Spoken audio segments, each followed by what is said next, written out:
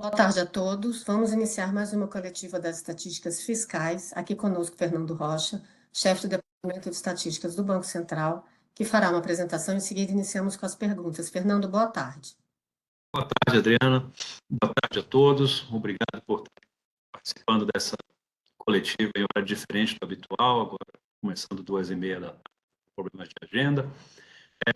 Vamos dar início, então, à divulgação das estatísticas fiscais para o mês de outubro, né? Começando com a divulgação dos resultados fiscais, primário, juros e nominal, e depois os indicadores de endividamento do setor público, seja a dívida líquida ou a dívida bruta, né? Começando, então, com as informações que estão na tela 1 da nota para a imprensa, o setor público consolidado teve um superávit primário no mês de outubro, no montante de 36,9 bilhões. Esse resultado é 1,5 vezes superior ao resultado de outubro de 2023, né? Em outubro de 2023, o setor público consolidado também registrou um superávit de 14,8 bilhões, e agora, em outubro de 24, esse superávit passou para 36,9 bilhões. Como eu já disse, um aumento de 1,5 vezes, 149,2% de crescimento. Quando a gente considera os meses de outubro, esse resultado é o maior da série histórica do Banco Central desde 2016. Lá em 2016, o superávit de outubro foi 39,6 bilhões de reais. Quando a gente pega esse resultado para o setor público como um todo e separa nas esferas de governo, que são principalmente o governo central e os governos regionais, nós vamos ver um resultado do governo central de 39,2 bilhões, né? Ou seja, o governo central teve um resultado superavitário ainda maior do que o do setor público como um todo, como a gente vai ver daqui a pouquinho. Os governos regionais tiveram um déficit, né? Então, o governo central teve superávit primário de 39,2 bilhões de reais no mês de outubro de 2024, e na comparação usual que a gente faz, esse resultado é o dobro, né, do superávit de outubro de 2023. Em outubro de 2023, o superávit atingiu 19,5 bilhões de reais para o governo central e passou em outubro de 2000, esse resultado passou em outubro de 2024 para 39,2 bilhões. No caso do governo central, especificamente, quando a gente olha resultados de outubro, esse foi o maior resultado da série histórica, obviamente, para meses de outubro, né? Em seguida, a gente geralmente apresenta alguns elementos adicionais para explicar esse resultado do governo central, que, como vocês sabem, o resultado primário é basicamente um balanceamento entre receitas e despesas, mas nesta coletiva agora, no dia de hoje, a gente não tem ainda elementos para dar esse detalhamento adicional, porque nós tipicamente usamos as informações das estatísticas acima da linha, divulgadas pela Secretaria do Tesouro Nacional, e a publicação dessas estatísticas foi adiada para a semana que vem, então nós ainda não temos esses resultados, mas quando o Tesouro Nacional fizer a sua coletiva e divulgar as suas estatísticas, vocês vão ter todas as informações necessárias para analisar com mais detalhe esse resultado, né? Passando, então, para os governos regionais foram deficitários no mês de outubro em 1,9 bilhão, né? Mas, também nesse caso, embora tenha sido um déficit, ele também representou uma melhora do resultado, porque em outubro de 2023 o déficit primário dos governos regionais foi maior. Em outubro de 2023, esse déficit foi de 3,9 bilhões de reais, e agora esse déficit se reduziu para 1,9 bilhão. Ou seja, olhando essas esferas, a gente vai poder perceber claramente, né, que aqui esse aumento, a melhora interanual do resultado primário do setor público consolidado, foi de 22,1 bilhões, que nada mais é do que a diferença daqueles 14,8 de outubro de 2023, com superávit de 36,9, ou seja, desses 22,1 bilhões, o desempenho, né, do governo central, a melhoria do resultado do governo central, respondeu por praticamente tudo, por 19,7, sendo o 1,9 restante da melhora devido à melhora do resultado do governo regionais. Voltando a repetir, né, teve uma redução, né, do déficit no período. Mas isso para os resultados de outubro. quando a gente passa para as informações que estão na tabela 2, olhando o resultado acumulado no ano, ou seja, os 10 primeiros meses de 2024, o resultado primário do setor público consolidado permaneceu em déficit, claro, reduziu em relação ao acumulado até setembro, mas permaneceu em déficit, com um déficit de 56,7 bilhões.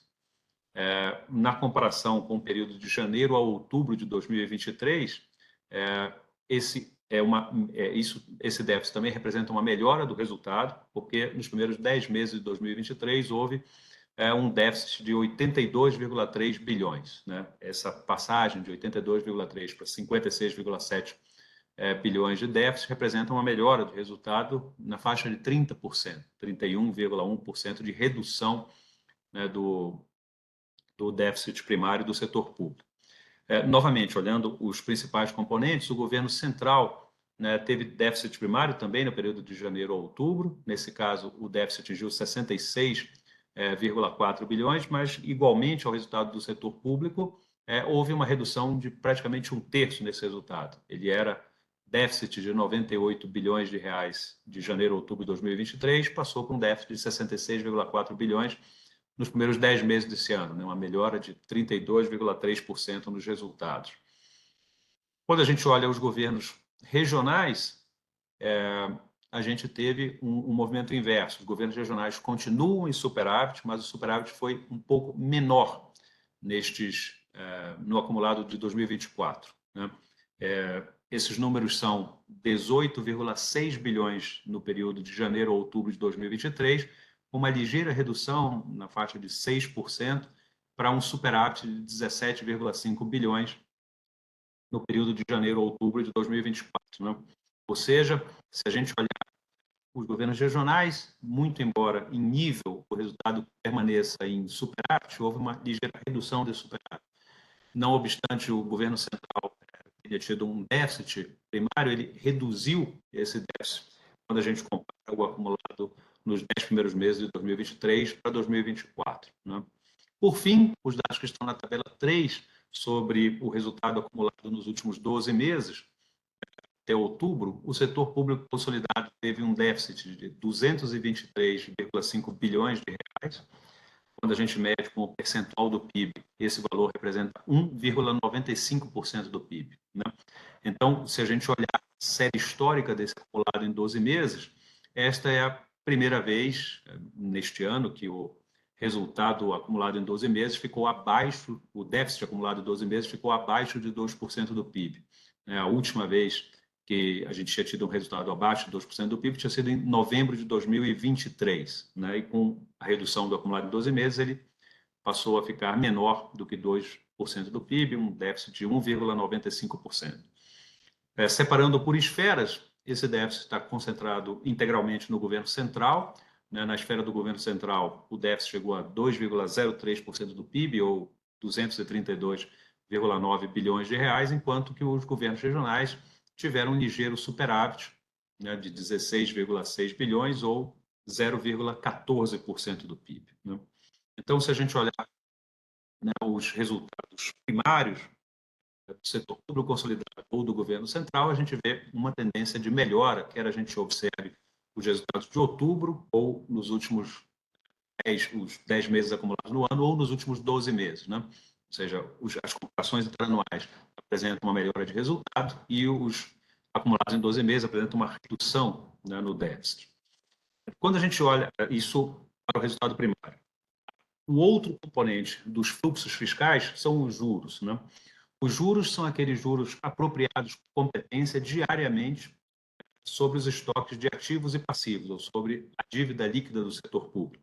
Né? Para cada uma dessas modalidades, ou de ativos ou de passivos, né? Ou de créditos ou de débitos, deveres e deveres, como preferir, cada um desses montantes tem um determinado indexador. O Banco Central apura para cada um dessas rubricas, né, o seu indexador e, portanto, gera a estatística dos juros nominais que são apropriados por competência diariamente.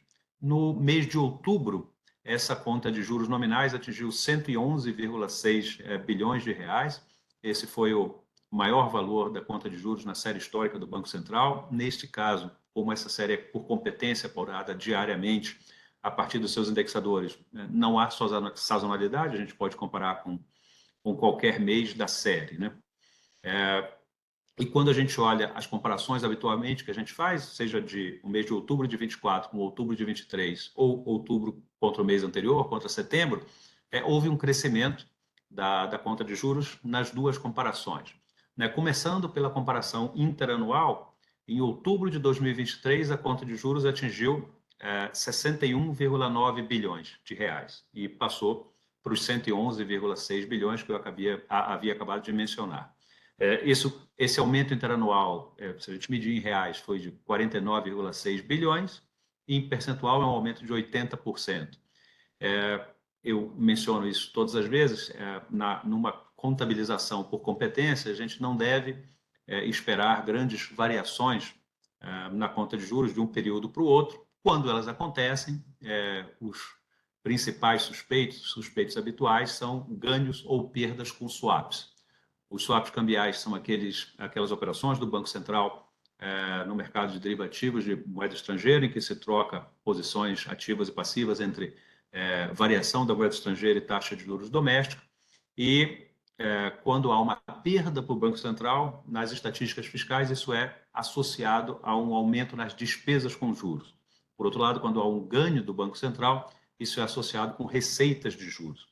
E o que a gente pode ver nessa comparação interanual é que o Banco Central teve ganhos com swap de 1,8 bilhão de reais em outubro de 2023, ou seja, sem esse ganho a conta de juros seria maior naquele mês, e no mês de outubro de 2024, em função da depreciação cambial de 6% no mês, o Banco Central teve uma perda com swaps de 30,3 bilhões de reais, ou seja, contribuíram para aumentar as despesas de juros. Então, se a gente tem, no período comparativo, a gente passa de um ganho de 1,8 para uma perda de 30,3, na verdade, a variação na conta, o aumento na conta de juros, nesse caso, causado pelos swaps, foi de 32,1 bilhões, ou seja, a maior parte do aumento na conta de juros, que novamente foi de 49,6 bilhões, 32,1 bilhões foram devidos ao efeito dos swaps, né? O restante, uma outra variação importante é que o mês de outubro deste ano teve 2 dias úteis a mais do que outubro do ano passado. Novamente, como as contas são apuradas diariamente, passar de 21 para 23 dias úteis no mês é um aumento de quase 10% no número de dias úteis, né? Quando a gente compara a conta de juros com o mês anterior, a gente passa de um valor de 46,4 bilhões em setembro para os 111,6 bilhões de outubro. Nesse caso, a conta de juros mais do que dobrou, aumentou 65 bilhões, e novamente a gente tem os efeitos do swap cambial como os efeitos predominantes, né? Em setembro, houve um ganho com swaps, ou seja, uma redução das despesas líquidas de juros de 20 bilhões, que passaram no mês seguinte a uma perda de 30,3 bilhões em função da desvalorização cambial do mês, que atingiu 6%.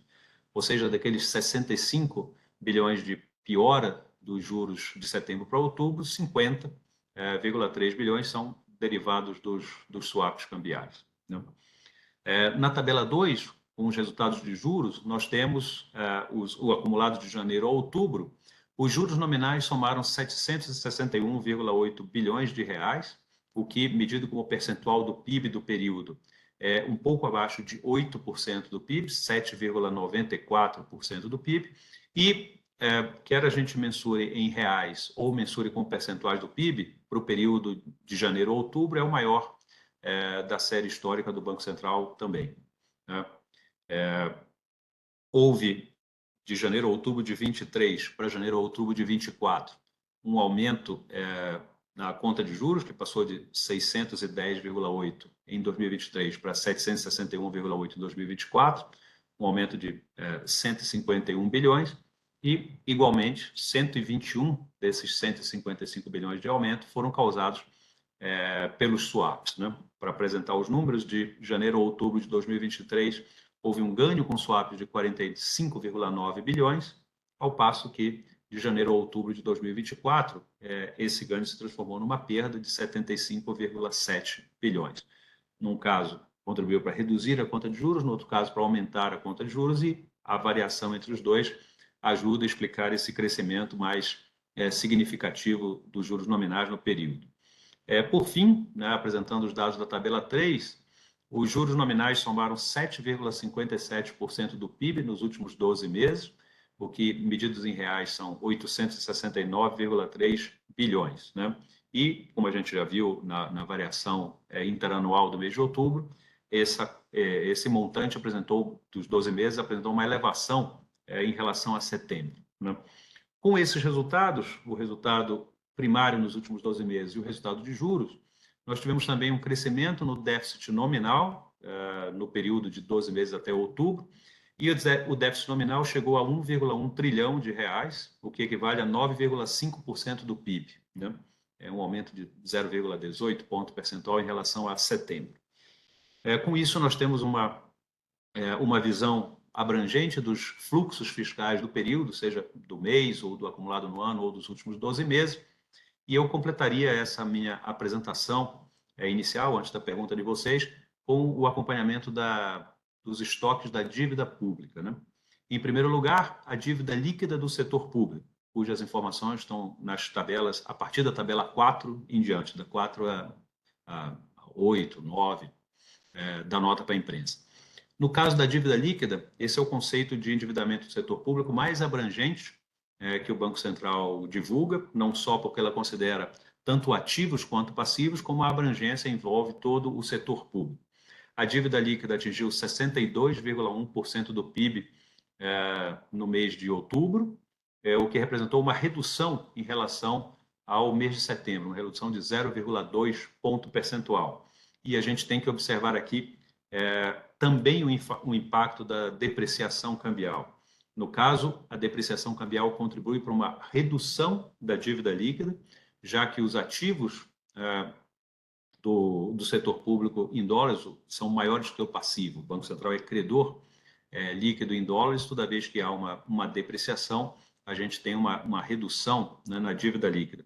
Neste mês de outubro, por exemplo, se vocês olharem as informações que estão na tabela 5, a depreciação cambial contribuiu com a redução na dívida líquida em 0,8 ponto percentual do PIB, né? Ou seja, aqueles 6% de depreciação contribuíram para reduzir, se a gente olhar só esse impacto, reduzir o estoque da dívida líquida em 0,8 ponto percentual.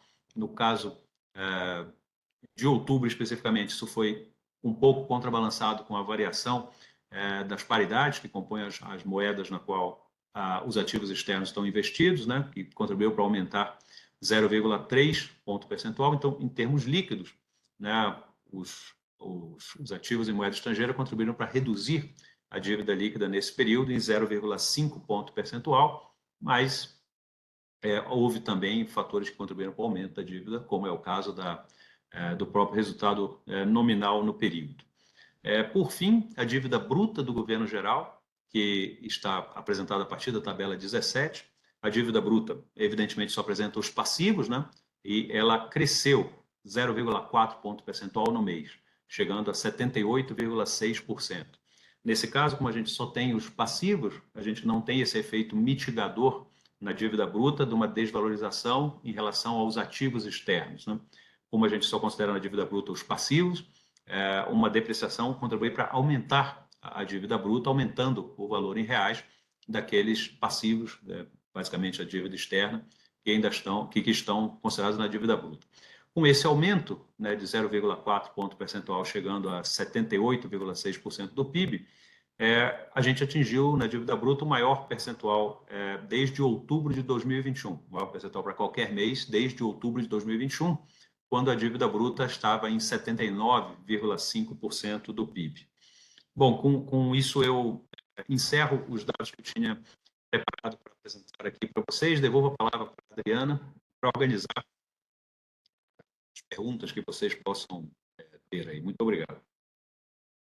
Obrigada, Fernando. Quem quiser fazer alguma pergunta, basta clicar na mão que está na tela e, por gentileza, se apresentar quando chamado. Vamos iniciar com o Gabriel, Fernando. Gabriel, boa tarde.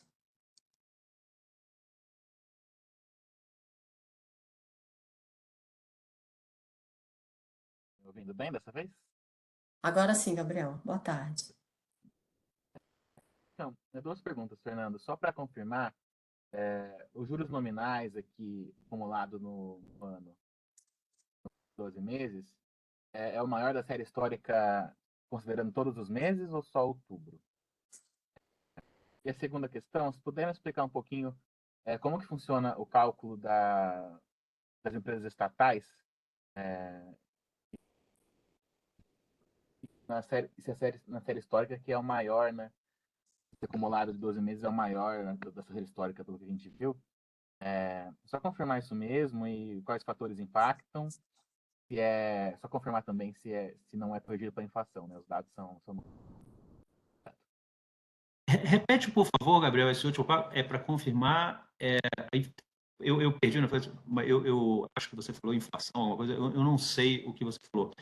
Sobre cálculo das estatais, como é feito, qual é a metodologia do cálculo das estatais, se o resultado é o maior da série histórica, mas eu perdi o finalzinho. Isso. Não, é só para confirmar que todos esses dados aqui do B6 não são corrigidos pela inflação, né? Ah, São sim. nominais. Ok, vamos lá. Em relação aos juros, antes de falar dos juros em 12 meses, que você perguntou, eu queria fazer uma correção sobre os juros acumulados no ano. Eu mencionei que os juros acumulados no ano deram 761,8 bilhões, o que equivale a 7,94 do PIB, e eu disse que nos dois conceitos esses eram os maiores da série histórica. Eu me enganei, eu errei. Os juros em valores nominais, em reais, os 761,8 bilhões, são de fato os maiores da série histórica para o período de janeiro a outubro de cada ano, mas o percentual do PIB, os 7,94, não são. Eles são os maiores desde 2015, já que de janeiro a outubro de 2015, como percentual do PIB, os juros foram 8,58%. Então, isso é só uma correção, claro, vocês iam olhar a série histórica, iam perceber isso, mas é importante ter essa correção. Vamos lá. Se eu entendi, a primeira pergunta do Gabriel, são os juros acumulados em 12 meses. Eles são eles consideram, você pode comparar isso com qualquer período de tempo. Em geral, quando a gente faz uma comparação com meses específicos, é porque a gente identifica ou identifica positivamente uma sazonalidade no período ou identifica a possibilidade dessa sazonalidade. É por isso que quando a gente compara o resultado primário, por exemplo, a gente sempre fala outubro deste mês contra outubro deste ano contra outubro do ano anterior. E a gente não compara outubro com setembro, com agosto, qualquer coisa, porque tem uma sazonalidade. É muito fácil explicar a sazonalidade, por exemplo, a gente tem no mês de abril o ajuste anual do imposto de renda para pessoas físicas, né? Então, as pessoas físicas pagaram imposto durante o ano anterior, em abril eles fazem esse ajuste. Uma parte disso,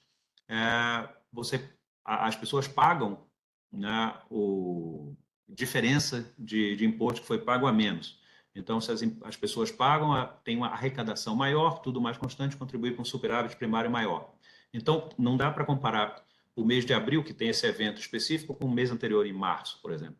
Por outro lado, tipicamente em dezembro você paga uma parcela do 13º, então aumentam as despesas do setor público em relação a outros meses. Então, esse resultado, tudo mais constante, vai ser mais deficitário.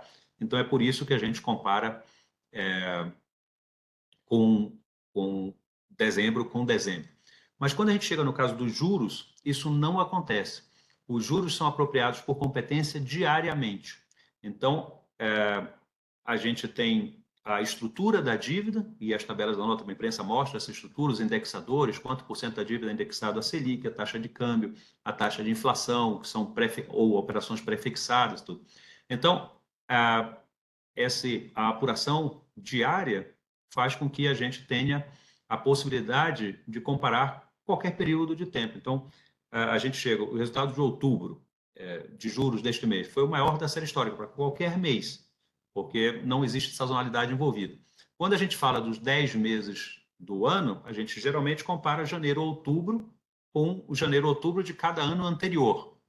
rigorosamente falando, a gente poderia comparar qualquer outro período de 10 meses, mas não ia fazer muito sentido analítico, né? Então, no caso do mês, é qualquer mês da série.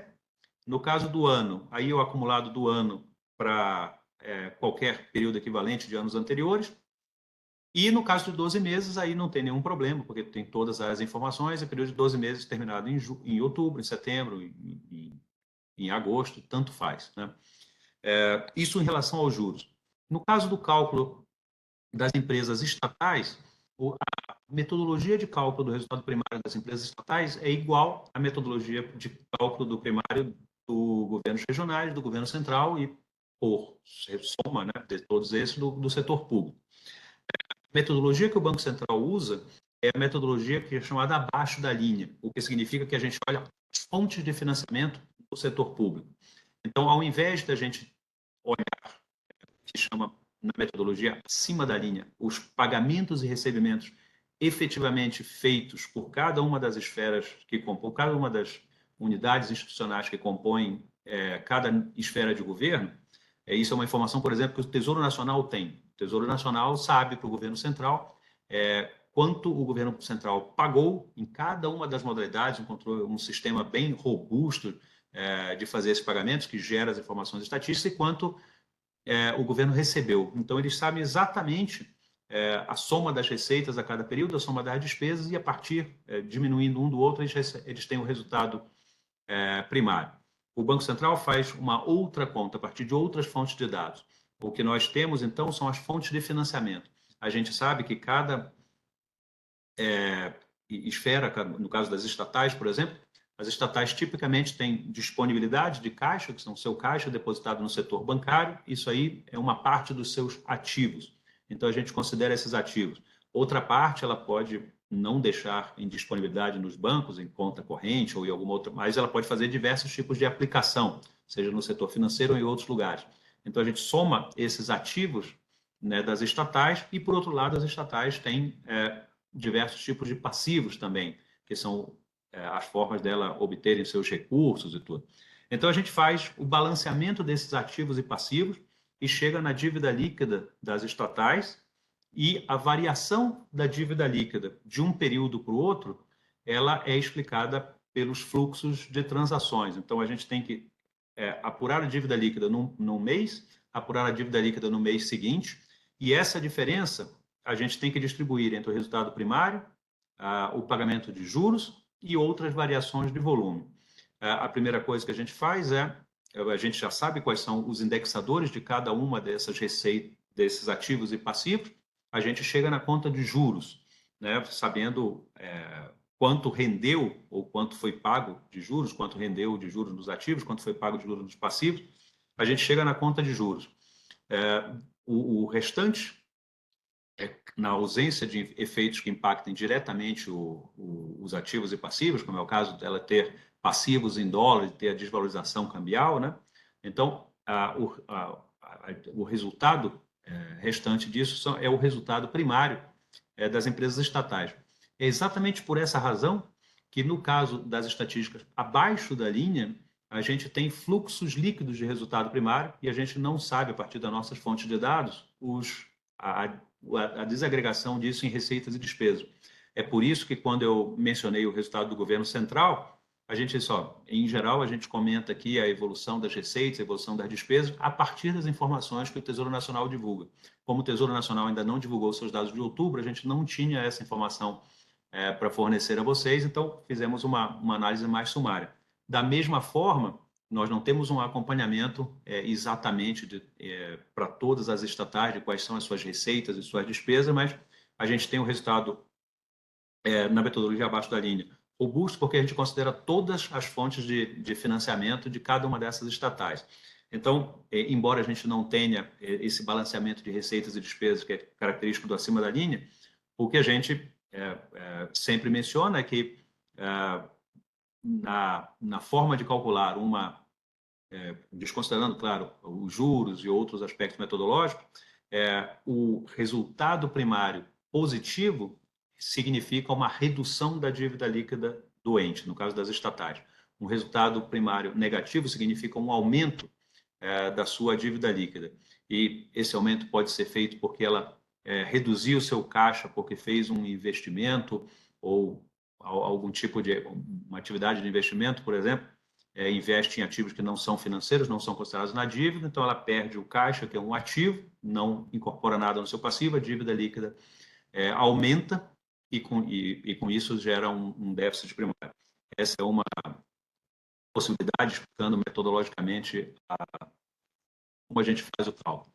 E as estatísticas do Banco Central divulgam são valores nominais, de fato, como você mencionou. Adriana, com você. Obrigada, Fernando. Sem mais perguntas até o momento, aguardamos um pouquinho. Ok. Bom, os colegas da imprensa sabem que a qualquer momento podem entrar com a assessoria de imprensa do Banco Central, encaminhar suas questões, a assessoria de imprensa nos encaminha e a gente procura responder o mais rapidamente possível. Então, assim, fique inteiramente à vontade, se não tem perguntas adicionais agora, a gente, enfim, está à disposição a qualquer momento. Com isso, acho que é a hora de encerrar, desejar um bom final de expediente para todos aí na sexta-feira, um bom final de semana, agradecer pela presença aqui, pela participação nessas coletivas de imprensa das estatísticas. Muito obrigado. Obrigada a você, Fernando. Obrigada a todos e uma boa tarde.